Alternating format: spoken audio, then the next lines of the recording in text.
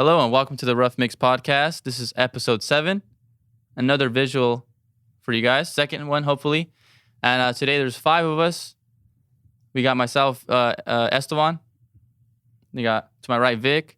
Then we got Coach or Jordan. We got Miles, Jimmy. We are the 5 Rough Mix. This is going to be more of a sort of mixing one now, hopefully, because the past 4 have been all like producer ones. Yep. So I want to get more back into the engineering side. And then Eli couldn't make it because I don't know why. I actually don't know why.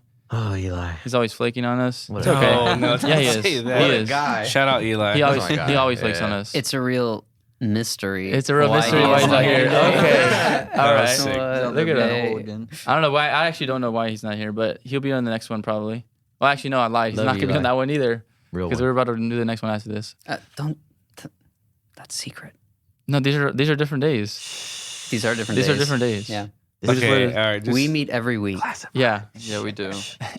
All right, but today's episode for this one is going to be pre-production and tracking. So kind of what we do before we record someone, and then kind of what we do as we're recording someone, and like kind of the finished product of like tracking someone out. And I just want to say before we even start off, we are not in any way like professionals.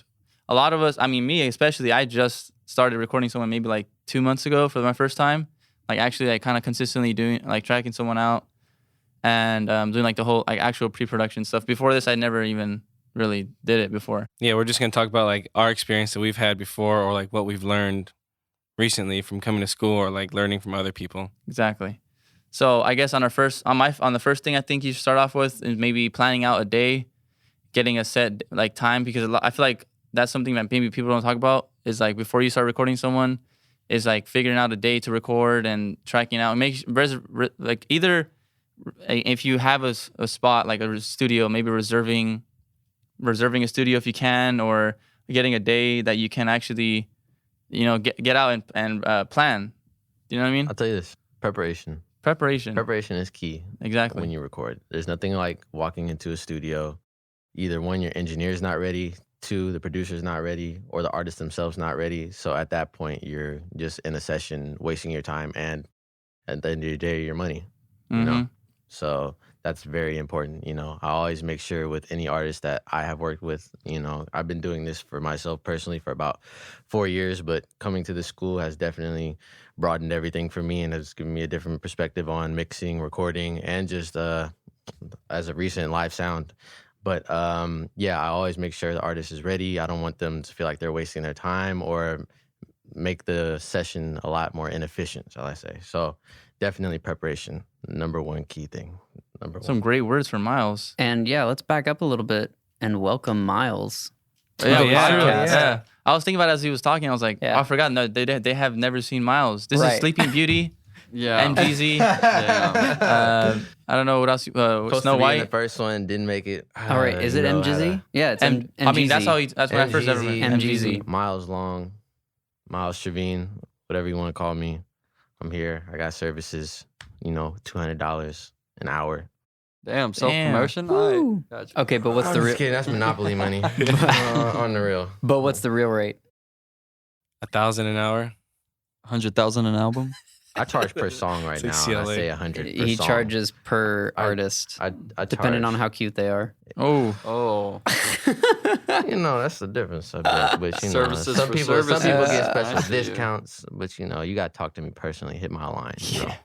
Okay. Shoot him a Let DM. me know what's He's up. out here. another thing to like plan out is also, about preparation is also like getting equipment set up, like how we did it today. Kind of, without you guys being here, if you guys didn't come, the right way to really do it is for us to get it all set up for you guys. Like we had all this already set up for you guys. So like what Miles was saying, so that way it saves you guys time and like everybody else time pretty much. So if we like make sure all your equipment's like set up, and not even set up, but just having it on you actually. Yeah, and getting the right equipment for what you're recording, like Yeah. ahead of time, because that helps.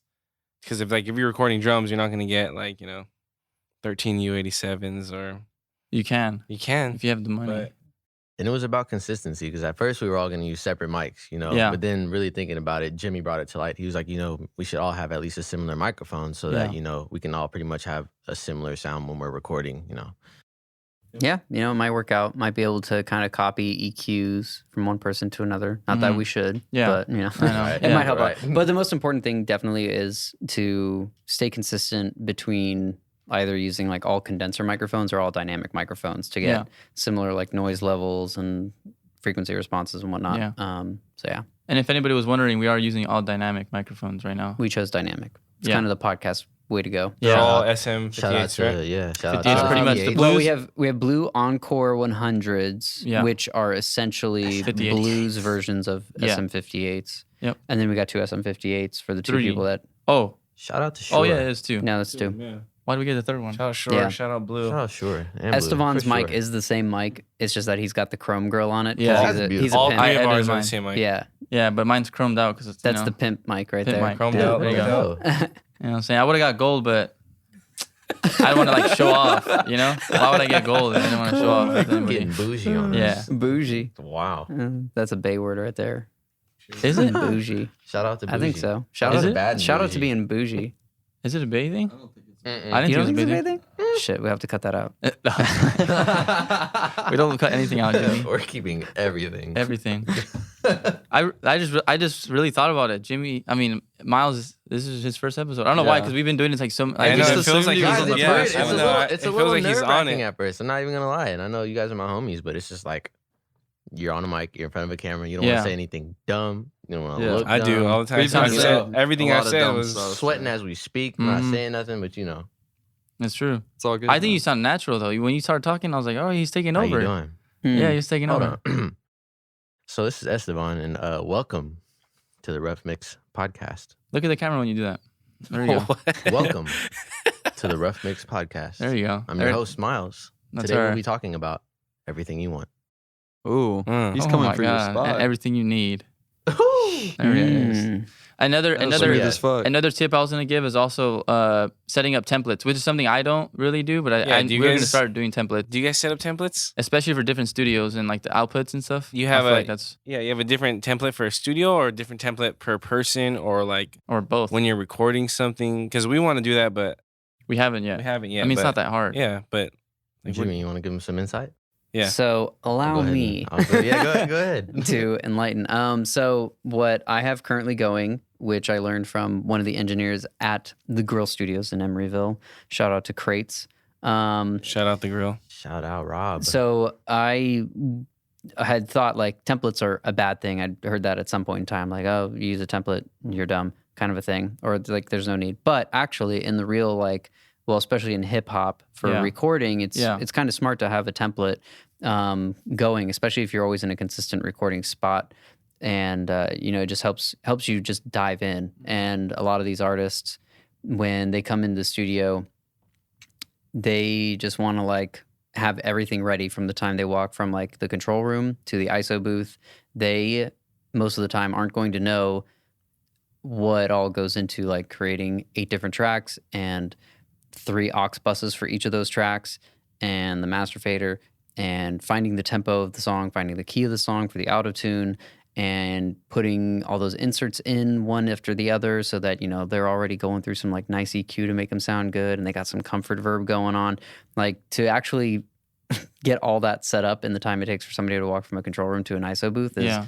pretty much not going to happen. Mhm. But they don't know that because other engineers got templates. So, you got to, it's unfortunate, but you have to be able to compete with like the people that are going to be able to do your job faster than you and all that kind of stuff, Yeah. which is why I think like templates kind of exist and why things are the way they are. But so I have like 2 templates right now. I have a mixing template and then I have a recording template. The recording template has one audio track that is like color coded red and it's named record or REC. And with that track, it's the only thing that's record enabled because this is for like just a vocal recording scenario. It's not for like a full band or anything. This is just for recording vocals over like a 2-beat, a stereo Two-track, beat. yeah. Right. So that's the only thing record enabled. You can hit record on your DAW, Pro Tools, and it's recording. All of the other tracks, this is going to be mainly for Pro Tools now, but all the other tracks are already in playlist view. Mm-hmm. So there's the little like track underneath each track, and that's where you can drag clips right into alternate playlists. Yeah. So you're recording them, and they finish their hook, or maybe they mess up, but like you want to keep the take because there might be a good part at the beginning of it. Yeah. You can, hit stop and then hit record immediately, and brings them right back to the beginning, so they stay in like frame of mind and everything. While it's recording the new thing, you can click and drag the take you had just recorded and drag it down into a playlist on a track. And if it's in an alternate playlist, not on the main playlist, it's not going to be playing through the headphones and everything. It's going to be silent unless you go and like solo that specific playlist. What, you just drag it down? You just click the little I showed you the playlist button, right? The Yeah, arrow, that's and good. it makes the separate one come down, Uh-huh. and you just have to drag it down. Yeah, you just drag it And down. you don't have to click like create new playlist. No. Just make sure you have your playlisting selected and you actually have it shown up on the bottom. You'll see it right under the track. It'll be Yeah. right under the bottom. All you got to do is just drag the clip and bring it right in. So Yep. it'll just Yeah, drop you just in. drag the clip Mhm. and down. then every into time it. you drag it down, it makes a new one, right? Yep. Yeah. Yeah. Gives you a Every- new little every spot single to drag time. the clip Yeah. into. Yeah. Like right here, like Okay. you know how it says Yeah, wait for I him? remember Just we change the were doing it last playlist. time, but Yeah. we can't. You got scared. I got scared. I didn't want to fuck up and do something wrong. No, the Yeah. great thing about Pro Tools is, for the most part, you can do all this kind of stuff while it's recording, and it doesn't skip a beat. It doesn't. Yeah. It doesn't have a hiccup or anything. Yeah. Unless you're running on like I guess a really old computer or something Yeah. like that. But hopefully that doesn't happen. Or unless I for do- some reason you want to try to open a plugin. Yeah, that's what then I'm you're saying. gonna If be you on put in a rainbow plugin, wheel. it does skip. It does skip. Don't yeah. change your IO Don't- while you're recording. Don't Yeah, just- yeah. oh, Don't. Absolutely that not. kind of stuff. But I know that like if you're recording in Pro Tools and there's a track and you click record and you're recording over it, it'll record completely over it, right? Yeah. That's why Unless you drag bring it down to the playlist. Yeah. It will. You gotta And, drag it down. What's cool is even like, let's say maybe you forgot to, if you still grab it in time and you drag it down, you'll still preserve your whole clip that you had before, Mm-hmm. which would be really cool. Yeah. You know, And so like what do you put in your template? Besides the recording thing, like what else? Like So as far as like the not setup, everything, yeah. but like, what are some things that you put in it So to save you time? Is this for your Across- mixing or recording template? This is the recording one. for the recording one, so something that's consistent between both of them is the plugins that I put in and keep active are only like stock Pro Tools plugins. Yeah. There will be other plugins in my template, but unless they're a stock Pro Tools plugin, I have them inactive. I Yeah. have them deactivated. That way the program doesn't freak out when you open it up on a new system Mhm. and it's like, sorry, I don't have all the Sound Toy stuff. So I have those all inactive. If the system I'm on does happen to have those plugins, then I can reactivate them really quickly. Hold Command and Control and click on the plugin, little Pro Tools shortcut key right there. So that saves it a lot of fuss when you're opening a new Pro Tools session and the plugins that might not be on that system are inactive. Then it kind of ignores it. Yeah. Especially good for like UAD stuff because those will also take up DSP. If you have, some UAD plugins on all of your like tracks and everything. So as far as the plugins that I do use on my recording template, I have the recording track, and then right underneath it, I have a recording bus, aux bus, so that these plugins can be active while the program is like in low latency mode, because otherwise the plugins will be bypassed, I think, on an audio track that is in record enable and it's in low latency mode. They're going to be bypassed so that the computer isn't trying to process the plugin. So it's literally like the output of the recording audio track is the recording bus. So it's not sending to like a separate send. It's the output of the recording track is the recording bus, which Yeah. has the effects on it. And then the output of that recording bus is like your stereo output bus. So on that, I have like your basic Pro Tools EQ. It's got high pass filter at 80 hertz. It's taking out a little bit, a pretty wide band, taking out a little bit at 350 hertz. And you've got a little bit of a boost around 2K. And then you've got like a high shelf starting at 7K. And you just record those on Pro Tools, but it's not fully committing to the track. No, it's just an insert. So that's for like the playback in the person's headphones. That so the way that I've usually done it is a copy of the mix, a copy of like what Pro Tools is hearing is being sent to the headphones of the person who's performing the vocals. So it's not like a separate headphone mix. That would be nice. But in the different like situations I've been in, it's only been set up to send a copy of like what you are hearing in the control room to the headphones that the person is wearing that is performing in the ISO booth. So the EQ is there just as a really broad, like general kind of like, those are some things you do to kind of clean up a vocal, take out some low mids. You got a high pass. You're adding a little bit of presence at 2K, speech band, and then you're adding some air with the high shelf. And those are things that, it's just a little bit of like a vocal enhancer to make them sound a little bit better to themselves in their headphones. Yeah. But yeah, it's absolutely not committing to the recording or the track. Then if the person's doing auto-tune, we've got auto-tune on that bus as well. And if I'm not using a hardware compressor, then there would be a software compressor on that bus too.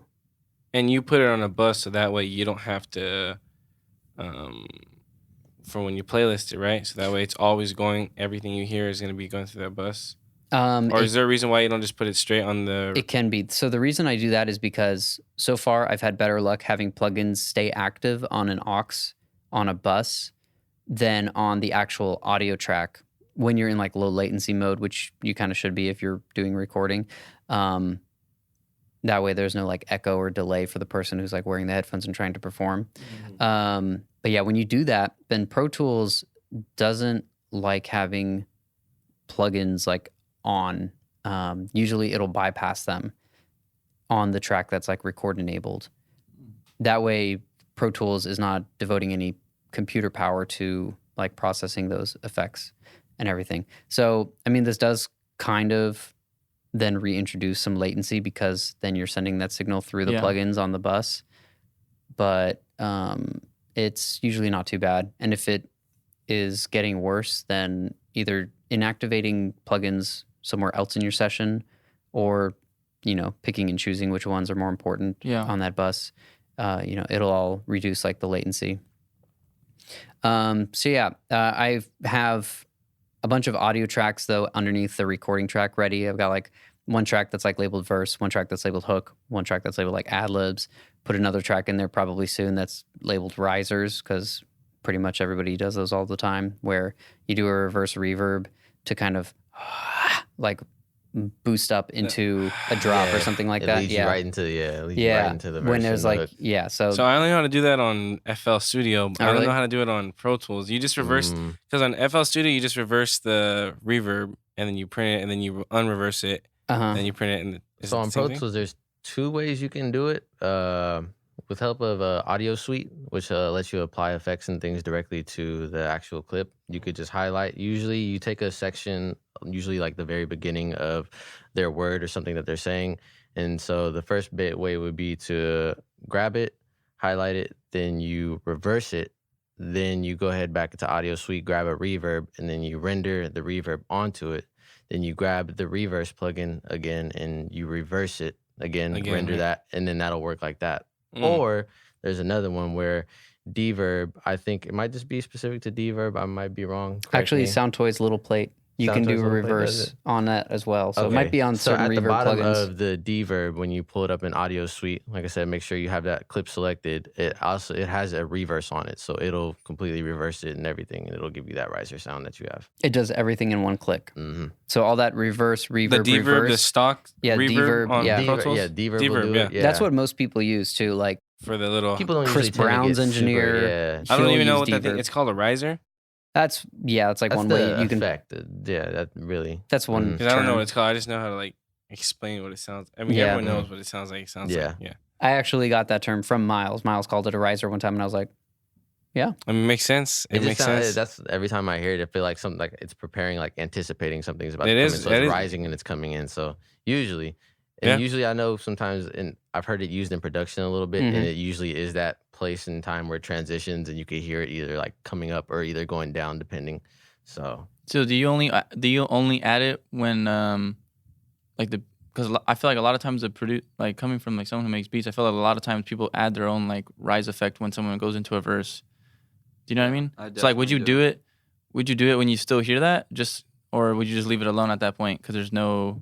You mean you put the riser in the beat? A lot of producers, produce that. You can go as far as just using that, but sometimes the characteristic of using somebody's vocal just sounds a little better. It leads right into the first word that they're saying. Yeah, usually. Yeah.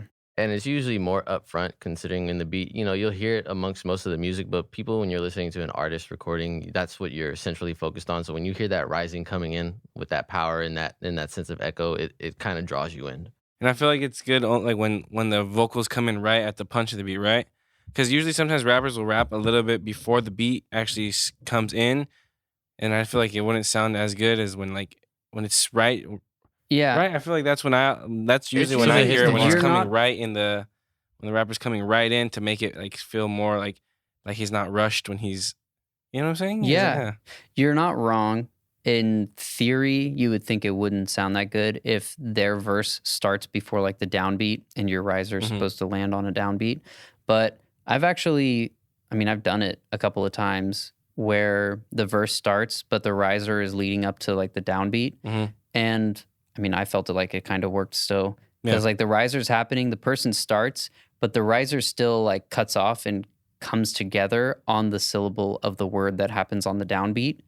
And it just kind of like adds extra emphasis to like that word that happens on the downbeat. That's the way I feel about it, at least. You guys are gonna have to show me. I feel like I've heard you do it once, Miles, but I don't remember what it sounds like, and I want to hear it. A couple times. I had recently started doing it since going to the grill, and most of those engineers have used it. And I've also too wondered myself, I'm like, I hear it in songs all the time, and I'm just like, what is that? Like, infamously, the first person I used to hear from all the time was Tyga, and I don't know if you guys know, when he comes in, he's like, like that's literally, he has that rise that comes that's in. That's literally why the way I say it like that. Every time, and I was just like, it was cool. I didn't know if he was doing it, but now it all made sense in context. I always used to think it was a beat.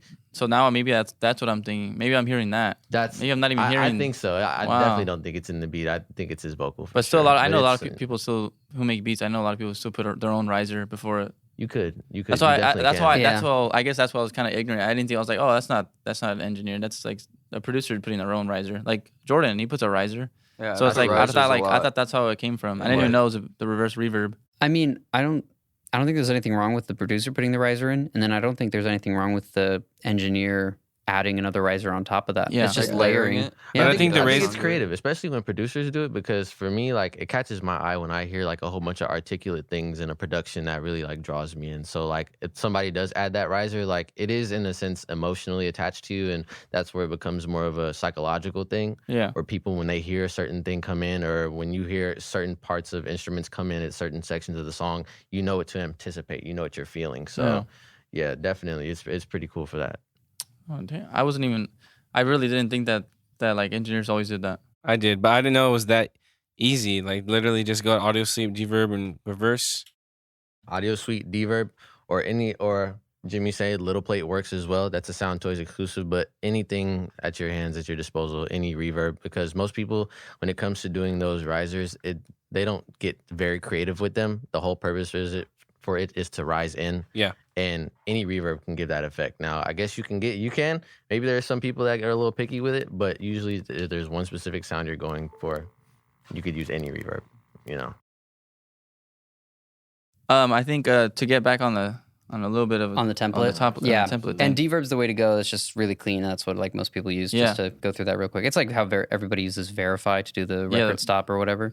Yeah. Yeah, I mean, that's pretty much it for the... You did, right? You did it on mine. I feel like you're throwing shots at me. You did it on my beats, right? Yeah. So I mean, for the recording template, like I said, that's pretty much all that's going on there. So for the mixing template, I just have that set up for when I have like a whole multi-track session that has full drum kit and guitars and vocals and background vocals, and I even have tracks for synths or tracks for keyboards, tracks for pianos, tracks for horns. For the one time that there were horns, and that's awesome. I love horns. Yeah, as soon as there's horns in a song, I'm like, I like that song. Yeah. And then there's parallel buses in there too, like parallel mix bus and parallel vocal bus and all that kind of stuff. That's on your mixing template. And this is on the mixing template, yeah. Mm-hmm. And then if I pull in a session and any of those aspects aren't there, then it's easy. You just go to those tracks, highlight them, and say hide and make inactive. Yeah. And then they're not there. But when you pull up the template, if you do have like horns or something like that, then it's right there. You can throw them in real quick.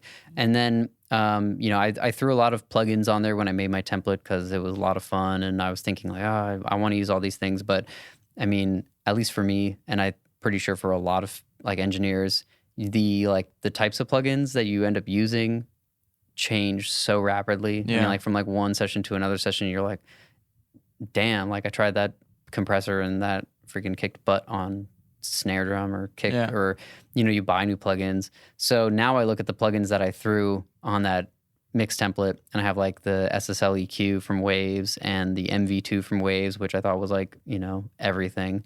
And now I try like not to use those really that much. I don't use the SSL EQ that much anymore because it's the G series EQ, so it has the ×3 and the divided by 3 like buttons on it instead of bell buttons for the high and low frequencies.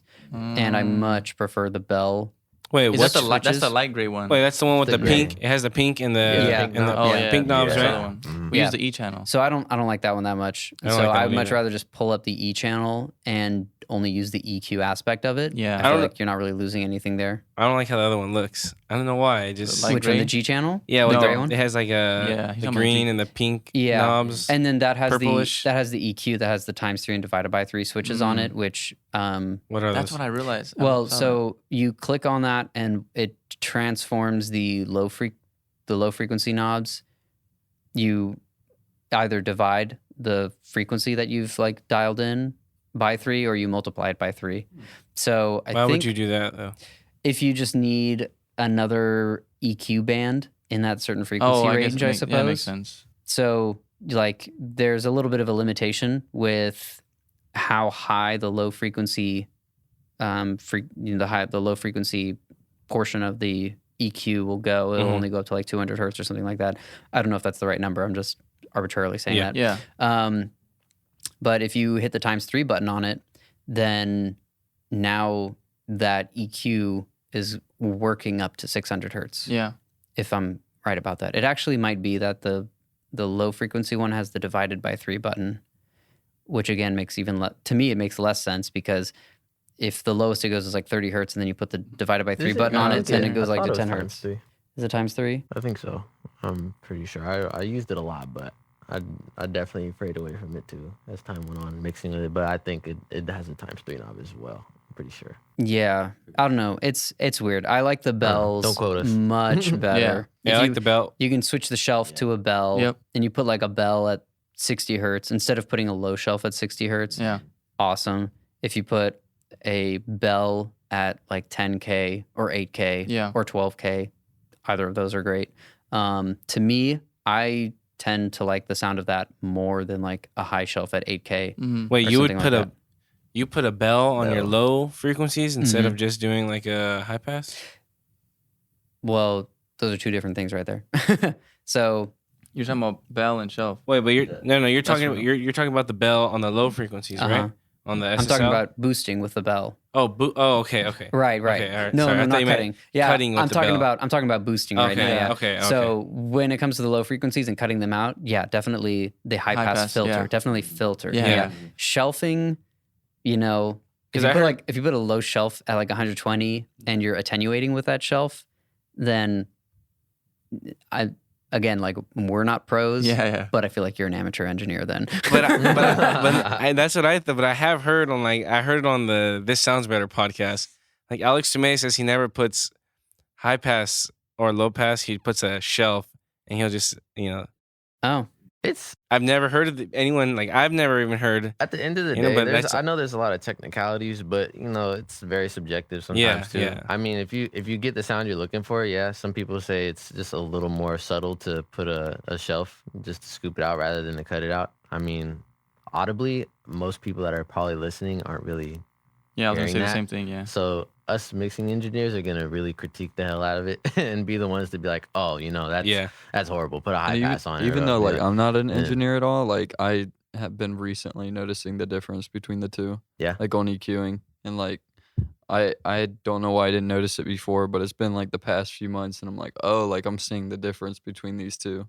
And I didn't know, like, just looking at it, what was the difference between like a shelf and just cutting it. Yeah. So what are your thoughts then on shelf or filter? Which one do you like better? I honestly don't. I just whatever one just cuts it off. Yeah, that's the one I use. The filter, yeah. The filter. Yeah. I Filter just all do the the way. filter. So You here's don't need to take it out. here's the like Yeah. here's the theory behind the filter, especially for high passing, me. for cutting the low frequencies out, and why I would use that over like a shelf most of the time. So low frequencies are very long wavelengths, so it's very easy for them to interfere with each other in a bad way. So if you're recording a vocal, but the vocal has these like low frequency rumbles that you can't even really hear because they're kind of like low level noise essentially. But also maybe your speakers can't reproduce those frequencies or other factors. But if you cut those out with a filter, because the filter is supposed to attenuate to 0, you can have very shallow slopes. So it's not like it does that super quickly. And usually you want to go for as shallow of a slope as you can for it to sound more natural, for it to sound more musical. But yeah, if you cut the frequencies out with a filter, then those low frequencies that your vocal microphone picked up or your overhead mic picked up are now not going to interfere with the low frequencies from your kick track or your bass track or your 808 track. Yep. You want those to be like as clean and clean and clear, sort of the same thing. But yeah, you want those to be like as clean and clear as you can get them. And having a bunch of low frequency noise from a bunch of different tracks will, it'll build up over all those tracks. Yeah. So you have 20 plus tracks. They all have a little bit of low frequency noise. Well, all those things build up, and it's really easy for low frequencies to be out of phase and to be destructive to each other. Yeah. So that's why most of the time you're going to high pass those low frequencies like 80 hertz and below out, because the punchiness of your kick drum is usually around 60 hertz. 63 hertz is kind of the magic number for a lot of people. So if you start your high pass at 80 hertz, then most of the time you're not really interfering with your sound. You might not even hear that much of an audible difference. Yeah. But if there is any of that low level noise, then you're already starting to cut that out and you're starting to attenuate that before that nice low 60 hertz punchiness and then the low subby 50 to 40 hertz part of the low frequency portion of like your mix. Yeah. So most of my tracks that aren't kick or bass on my template have the first plugin, the first insert on them is a one band EQ with an 80 hertz high pass filter on it. Yeah. All right, so that's what I was gonna say for a tip for tracking, like when you're tracking out vocals or whatever you're recording, do you always record with like a compressor on your chain, like when you're recording with it, or do you just put it on there and then you like won't commit it, or will you commit your compressors when you're recording with it? So the brilliant thing about Pro Tools is if it's an insert on Pro Tools, if it's a plugin on Pro Tools, you're never committing it. Never committing. But like us right now, how we're using the LA. Oh well, So, with our do you UAD usually stuff. mostly using the UAD. I tend to definitely track with compression, or if I'm at a studio and I have a chance to use the wonderful outboard gear, absolutely. Throw it on there. And sometimes I don't really tend to go crazy because sometimes people can compress it really hard and some people just like to do it lightly. But just to get a little dynamic control, and for that sound, right? I just put like a little light touch on it. Saves you a lot of work later on if you record with even a little bit of compression. We never do that, right? When we do it, because we're always like not scared of putting too much, but like always, I am scared of putting too much on there and then it's too compressed. But like how we're doing it now, put a little bit on there. It's not doing too much, but it's doing enough where it's gonna. If you want to, not worry about destroying your signal when you're recording with compression in, try not to get more than 3 dB of gain reduction. Yeah. Have pretty much as slow of an attack as you can have and have as fast of a release as you can have. And that's as natural as your compression is going to get. And all it's going to do is control some dynamics. And you'll be able to creatively then compress your tracks later. Right. But yeah, 2, 4, if you want natural, like don't even know it's compression, because 4 is the max. But usually 4, like 2 to 3. So anything more than 4 starts making some changes to this stuff, right? Mm-hmm. Yeah, absolutely. I remember that's what George was saying too, right? Mm-hmm. I could have swore he said 6 though, or was he talking about the EQ? The EQ once you take off 6. I do remember him saying something about -6, but when we were doing that, I think was it vocals that we were talking about, or was it something else? I thought it wasn't. I didn't think it necessarily pertained to vocals, but even then, -6, you really gotta listen to it, you know, and it really depends on the scenario that you're in. But -6, at least, is sometimes can be pushing it, but sometimes it sounds very musical as well, you know.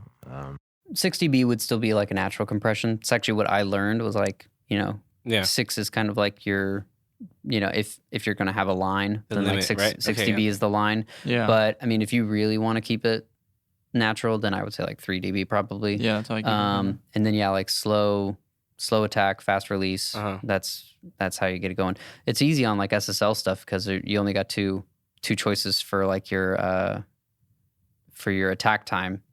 So I think it defaults to slow. You got to pull the knob to get to fast attack. Yeah. Right. So you just leave it down and then you keep the release knob all the way down for fast release and then you're good. And then one more thing, because I remember I was asking you last time for auto-tune. You always record auto-tune with it on, and it's always the first plugin, right? When you're recording with it? Yep. Usually first in the chain. Yep. Usually, right? So in that case, I would put auto-tune like even before the high-pass filter that I said that I usually have as first. Yeah. But for like the vocals, if it's going to have auto-tune on it, I don't think the high-pass filter is going to affect the way that the auto-tune retunes your vocal at all. But I still want it to kind of have, just like, theoretically, I want it to have the most unaltered signal of the initial performance going into it. Because any kind of EQ is going to induce phase variance. Yeah. So even your high-pass filter, even with a shallow slope, is going to be messing with the phase of your signal, unless you're using a linear phase EQ, which you could always do that. Yeah. But knowledge. It's the man. All wealth of knowledge. Yeah. I'll keep talking if you want me to. And then, so like also when you guys are tracking people out, because I know you guys, I know Miles, especially with Aaron and everyone, and Jimmy too, from what you're saying. And then we've only done it with Virginia, and then I've done it with like my friends from home. And Jordan had a little bit of experience with Eli. I hit record once or twice. Yeah, he's an engineer now. So tracking engineer. He's a recording engineer. But I was saying, like, is there certain people who you're recording with who you feel more comfortable telling them or experimenting things with, and then there's people who like you wouldn't try new things with, or like how do you feel about that? I definitely go to, at least with my clientele, I'll ask them if they even allow me to, because some people are kind of really straightforward with what they have. Like some people have a sound already that they go for. Yeah. So when it comes to creativity, they kind of just keep it at a, this is what I want. I have one artist that I do work with. He likes it just one specific way, but we were the ones that kind of developed it together. But if I do anything outside of those ranges, usually it's just like, that's not my sound. Kind of thing. So, but I always go in and at least ask if they would allow me to add some creative stuff into it and then go from there. So. And then let's say you guys are tracking someone out. Would you look them up before recording them, or would you go in just blind and just do it? Absolutely. I would go in and figure out some stuff about them for sure. Get your knowledge on them, what songs they've done, listen, so you can actually kind of get a better idea when you're getting into your mix with what to expect, what you want to kind of go for now. It'll be a lot more laid out and it'll be a lot better for the client, and they'll probably trust you a lot more, and they'll, so in that aspect, they'll be very comfortable with you. I have one question. When you're talking about the template, I've heard like people say that when they do, this is for like hip hop, I guess, because I've never done anything live, so I don't even want to talk about it really, because I've never even. Yeah, we have. No, like live sound, like actual recording a drum set and like guitars and pianos, like, like I've never really done. I don't have any experience with that at all. Are you talking about Jimmy, that's in a my guy. live sound scenario, or you mean you're just talking about live instruments in a recording studio? Yes, that live instruments in a recording studio. Oh, okay. I don't have any experience with that, so that's why I'm talking about strictly like, I guess what we've kind of done is like pop, hip hop, whatever. So like when you do a template, do you think pop, strictly pop? With Virginia? Yeah, it's true. Pop. Well, us too. I'm talking about a template. I'm talking about a template. Yeah, I'm talking about template for like pop, hip hop, whatever. Anything, pretty much anything that we just record a 2-track on, and that's it. Would you?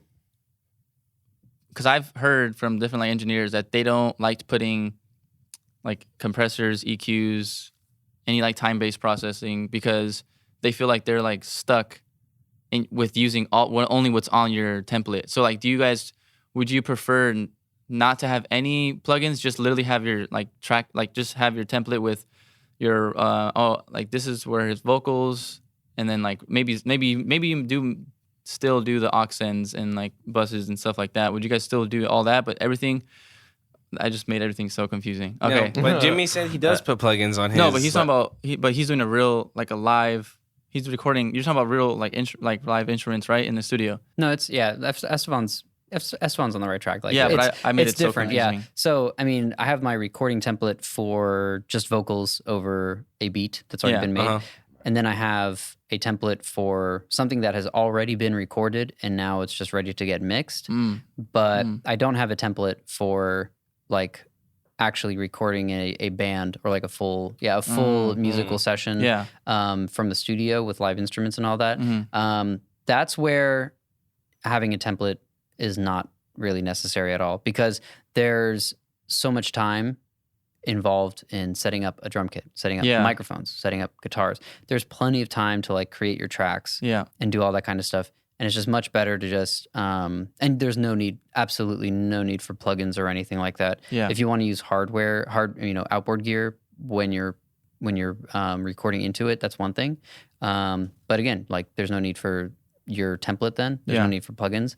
And in that case, unless you have experience and you know what you want to do as far as making EQ moves beforehand, you're going to do it, so you might as well commit it. You're going to compress it this way, so you might as well commit it. Unless it's that kind of a thing, then I would try to record them like as dry as possible so that you can do as much as you can like in the box. Well, not, in the mixing stage. Yeah, to have more creative space later. Mm-hmm. I think what my question was is after you record your mixing template, when you have their vocal actually, when you have their vocal on the session, and everything's tracked out, everything. Is your template already have any inserts, anything, any EQ or absolutely dynamics? Like he was saying on his, a lot of it's bypassed already. Yeah, most of it, and the only template I have personally is a mixing template. Or not mixing, I'm sorry, a recording template. Yeah. When it comes to mixing for me, usually when I'm in those spaces, I'm by myself, so I have the time even for myself to just organize it how I want to, because my organization will change depending on what session I'm using, whatnot. But for my recording, I will have plugins on there, and then they'll mostly be bypassed or inactive, and then I'll bring them in after it's already been tracked in, and I'll listen as I go and see if it works or not. Because then sometimes you'll end up switching it out. It might that's not what be I was. the right thing. Yeah. You kind of give yourself, in terms of efficiency, a head start with having that on there for sure. You know, so it kind of keeps you on track. But there will be plenty of situations where things will vary, and you'll need to switch it out because it's not going to work right for that artist. I feel like absolutely. I feel like for me right now, since like I'm still I would still consider myself kind of like a beginner, and like engineering and stuff. Especially for like mixing like hip hop or rap vocals or whatever, because it's only done a few sessions. I feel like for me, I'm kind of scared to put plugins on my templates because I don't want to like, especially starting out, you get comfortable with I'm just gonna use this and this. So like every time I do it, I never use the same plugins. I force myself to use different ones so I learn more stuff. I don't use the same like how you said you have the same SSL channel, right? I don't want to like say something you didn't say. I thought he said that you stopped using the EQ. No, I said, so when I first created my template, I was thinking about like, what are the things that I want to use? Or what are the things that I like to use? And I thought like, well, when I'm trying to EQ things, so this is just like a personal thing for me, but if I can get away with, sorry, getting distracted. We'll cut that out. if I can get away with using like a analog modeling plugin, so like a plugin that's trying to sort of emulate or recreate like an actual analog piece of gear, then I'd much rather use that than a strictly software digital, like EQ is the biggest thing. So that's why I like chose this SSL EQ, because I'm like, I like the sound of an SSL EQ, and so I can use that. And as far as analog EQs go, the SSL EQ is one of the more like surgical, you could say, parametric EQs versus like a Pultec, which is going to be super wideband. You're not going to be able to do anything surgical with that or corrective. But an that's SSL why the EQ SSL only has a limit, right? It has the most realistic limit of how wide you can make your cue or how much attenuation and adding you can do. It hits the most like realistic one, right? That's what I heard. That's what I heard that they. As far as the plugin. As far as the plugin and itself, like the EQ itself is the. Oh, it sounds like the real stuff you mean? Yeah, they'll do it where it's like, you know how other plugins, like you have like an unlimited amount of how much you can take. And like the SSL one doesn't have that. For sure. I feel like those are definitely like, probably that's why they sound so good in situations they were used. They're like the perfect sweet spots, probably, you know, for what you're going for in terms of like your cue, how wide or how tight it is. They're like, you know, this is relatively going to sound good in these manners and stuff. I mean, the things I've used it on, that's how I felt using them, you know, considering when, you know, sometimes like being subtractive, when it gives me the option to be very narrow, but I feel like I'm dipping out, it starts sounding really weird. And it doesn't really sound that good. But when I go to something like a SSL where I have fewer parameters, then I feel like my judgment's a little better. And it kind of steers me in a better direction than if I was doing the other route. Yeah. There's definitely like an EQ thing. I know we're short for time now. No, there's fine, definitely like an EQ thing that I'd love to talk about like in the next episode or something like that, as far as like sort of the cues and stuff like that. So, that's for the mixing one, though. The mixing episode. We'll next get episode. deep. As the next But episode. I think before we end it, though, everyone just says their tracking tip, just real quick, because I think A we all tracking tip? Yeah, right. Because we all have, I mean, tips for tracking. tips for tracking, like something. Because I think everybody does something slightly different, right? I mean, right. Well, I mean, right. I think for me, I don't know. I guess it's still kind of a tip. It's like getting comfortable with the person, making sure like they feel comfortable. Like I remember I learned this from my teacher Scott here at school. Like he was saying, don't make it seem like awkward, like it's like a business or like something. Like make it seem like it's genuine, like you actually are there to work. Like you're there to work, but you're there to like make sure they're comfortable so they get the best performance out of them. So like that's why I feel like that's like my tip, I guess, is like maybe I don't know, like do a joke or talk about something. I mean, it worked with Virginia. Like just do something to like kind of loosen them up. Like don't make them all like. I don't know how to explain it. Yeah, no, get the don't make them feel going. like they're like pressured or tight or like nervous. Kind of make them feel loose and absolutely. I don't know. That's like my tip, I guess. Yeah, you'll definitely make get them a feel bad performance comfortable out of somebody if you make them feel awkward when they first log into the studio. Like if you just give off that vibe. Yeah, that's why everybody will read that. That's my tip. Making them feel comfortable. That's a good one. Yeah, that's for sure. Go ahead, Jimmy. Cool. So, actually, just real quick. So, like you were saying, Estevan, you are kind of like pushing yourself to use new plugins and stuff whenever you're doing things. Yeah. And like I'm actually totally on board with that. Like right now, my template for like mixing has a bunch of plugins in it, but I actually want to scrap all of those, other than maybe like my initial high pass filter. But yeah, it's actually kind of, I think, not good to have even if they're inactivated and stuff. Just having those on there, like your plugins change all the time. Yeah. And then it kind of makes you want to go like to those plugins that you've already put in there. Yeah. But there's really no reason to do that. You should be kind of creating something totally unique every time you go into like the mixing process. Yeah. So I'm probably going to go ahead and take all my plugins off of my template in the near future. And I really like that. That's like what you do is that you try to experiment with new things, because each of those plugins give off like different energy. And like for me, when I, like what compressor do I choose? I'm not even going off of like really so much how it sounds, because I don't have like ears good enough for that. Yeah. But for me, it's just like, yeah, you do. I appreciate that. But for me, so this would be my tips for tracking. Well, actually, no, it's not really a tracking tip, but I definitely just try to like does the LA2A sometimes will just not feel right. Yeah. Even though I don't really I'm not really hearing any differences. It's just like for some reason it's just not feeling right. And you go to like 1176 and you're like, now it feels right. Mm-hmm. So like it's definitely like you want to go like an energy. I want to say you want to go off like an energy sort of type deal. Mm-hmm. I agree, because in a session that we did together, and I was actually the one being tracked. Me and Jimmy were just playing around with the parameters. You just make sure you want to get your recording the way you want it to, because that's where you're gonna get your best result. If you can get a solid recording, then everything else on top of that should just be cake, you know. And to add on to that, even with just the selective use of plugins that you have on your template, I think it'll always be best to know what those plugins are doing, and not just to those specifically, but I mean understand how an EQ works, how a compressor works, and then when you expand with different compressors and EQs, then you already have your knowledge thereof to expand to those, which should encourage those ideas, since you already know the fundamentals of what you're using. Definitely apply that on everything else that you can, because you could either get a similar sound, or like we were saying, some of them have different circuitries, emulations, and they'll all give you something different, but at least know the basics of what you're doing with it. So it's like basketball shoes. Like they're all the same. No, for reals though. It's like, like all the compressors are the same, and like all basketball shoes are the same, but like some people prefer Kobe's over KD's. I mean, it's all the same, but like once you play with different shoes, you really get a feel for like what you like in those things. Exactly. I feel like that's how it is with the plugins or like the compressors. They all do the same, but like for some reason the LA2A always feels like better when you're doing it because it's more simple, but it's like, it's the same thing. I just had to throw that out there just for Wait, what was your tip, Jimmy? Mix episode without an analogy. Yeah, without an analogy from Vic. Vic with the analogies. Yeah. No, that's cool. Let's go on to like Jordan. Okay. My guy. I guess. Come on. What? Hitting FN12? Yeah, make sure you hit that FN12. Make sure you're true. patient and you wait, and you don't Command Z that bitch unless they're like for sure. Oh my god! Yeah, you did that. That's a great tip. That's a great tip. There you go. You stole mine. Holy shit! Oh damn! You literally stole mine.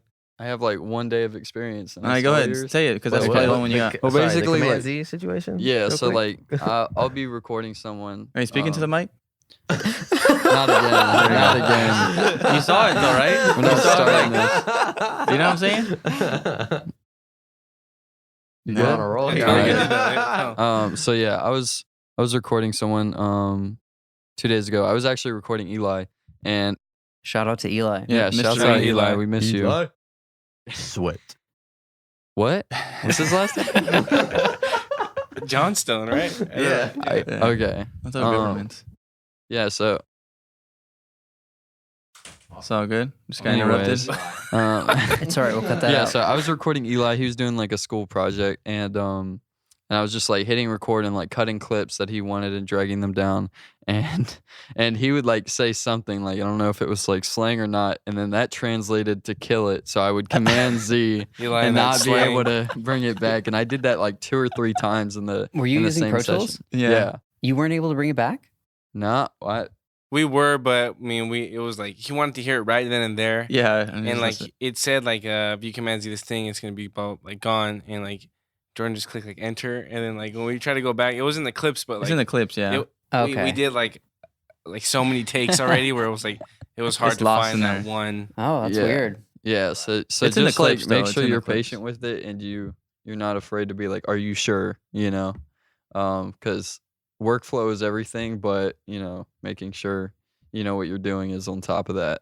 So, all right, that kind of ties into my tip. Like, it's probably better to save it or playlist it instead of delete the track, because you never know if you want to go back to it, or like at the heat of the moment, it may not sound good, but then you come back to it and like, oh, that one actually sounds better, or like this part of that one sounds good, but the ending of the one that the most recent recording did, you like that one.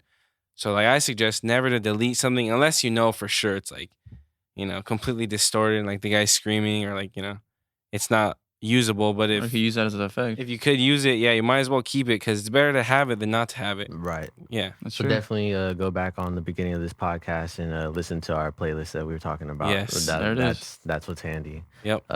My quick tracking tip, really, get it right in the recording stage. That's all I gotta say. Get it right then and there. Yeah. Take your time to experiment if you do have the time to with your client, or anything that you could possibly do to get your essentially what will be your mix right.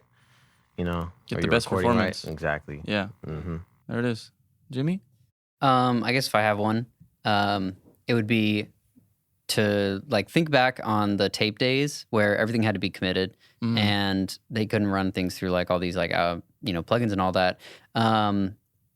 So I mean, along with that, it's like don't be afraid to compress. I think don't be afraid to compress going in. You're almost always going to compress when you're there. That'll save you the step when you're there. Yeah. I mean, when I was recording Miles, my big credit to this day, we nuked, which means you push all the buttons in on an 1176, and it sounded awesome. And you know what? I feel like a lot of people would have been like, that sounds cool, but let's like save that for when we're mixing and we'll run it through and we'll tweak it. But like we were like, sounds cool. Let's record it. We recorded it. I didn't have to compress. Well, obviously I didn't have to compress because we were like limiting the S-bomb out of, his vocal. But I didn't have to compress it later and it sounded cool and we just ran with it. And, then you're dancing around the sound that you've recorded, but it's like the sound that you wanted. And, back in the day, like that's how they did it. They got the sound that they wanted and then they committed to it. Yeah. Nowadays with digital, so many people are trying to kind of record the sound as clean as possible. Yeah. And then that way they have like all the options in the end. I, just like kind of look at sort of like my heroes, like recording engineering heroes right now, which are like Al Schmidt and like Jeff Emmerich and some other like really good recording engineers kind of, from the past that with tape, you committed to it and then you ran with it. And I mean, I like that kind of mentality. So, when I'm like recording vocals nowadays, I am, unless it's like really chill, needs to be super clean or something like that, I'm like not afraid to like compress that vocal kind of hard, which is kind of like, I don't know, maybe not that great. It's not as great from like a audio fidelity standpoint, but if you get it on the way in, then you don't have to record it while you're there. So I feel like these tracking tips are like for like more vocals, because like that's what like a majority of us. I know Jimmy is probably.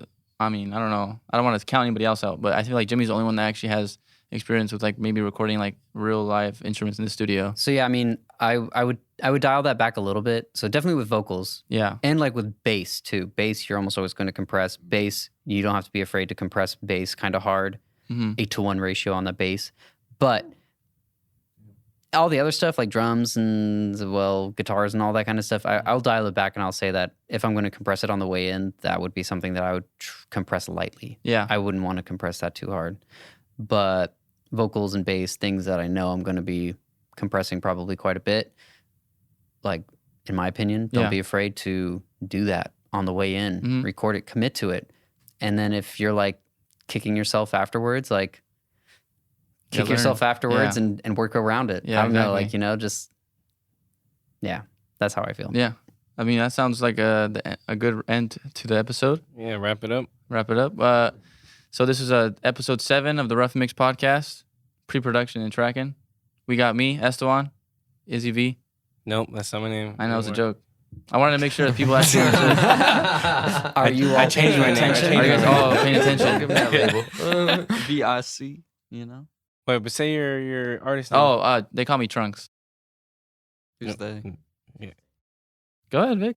All right, I'm Victor, and then I go by Vic, just V.I.C. And Coach. Say your real name. What's your real name? All right, Jordan, aka Coach Koopa. Miles, you can call me Miles. There it is. And I'm Jimmy, and you can find me at buchananaudio.com. Nice. That was good. Official. The plug. Yeah. Well, Awesome. everybody's Instagram will be in the description. Yeah. Everybody, even if they're not here, they're always going to be here because they're still part of the group. Shout out Andy. In our hearts. Andy and Eli. Andy and Eli couldn't make it today, but it's all right. All right. That's it for this episode. Signing off. And then stay tuned for the next episode where we talk about mixing. Can't wait. Oh yeah. Peace.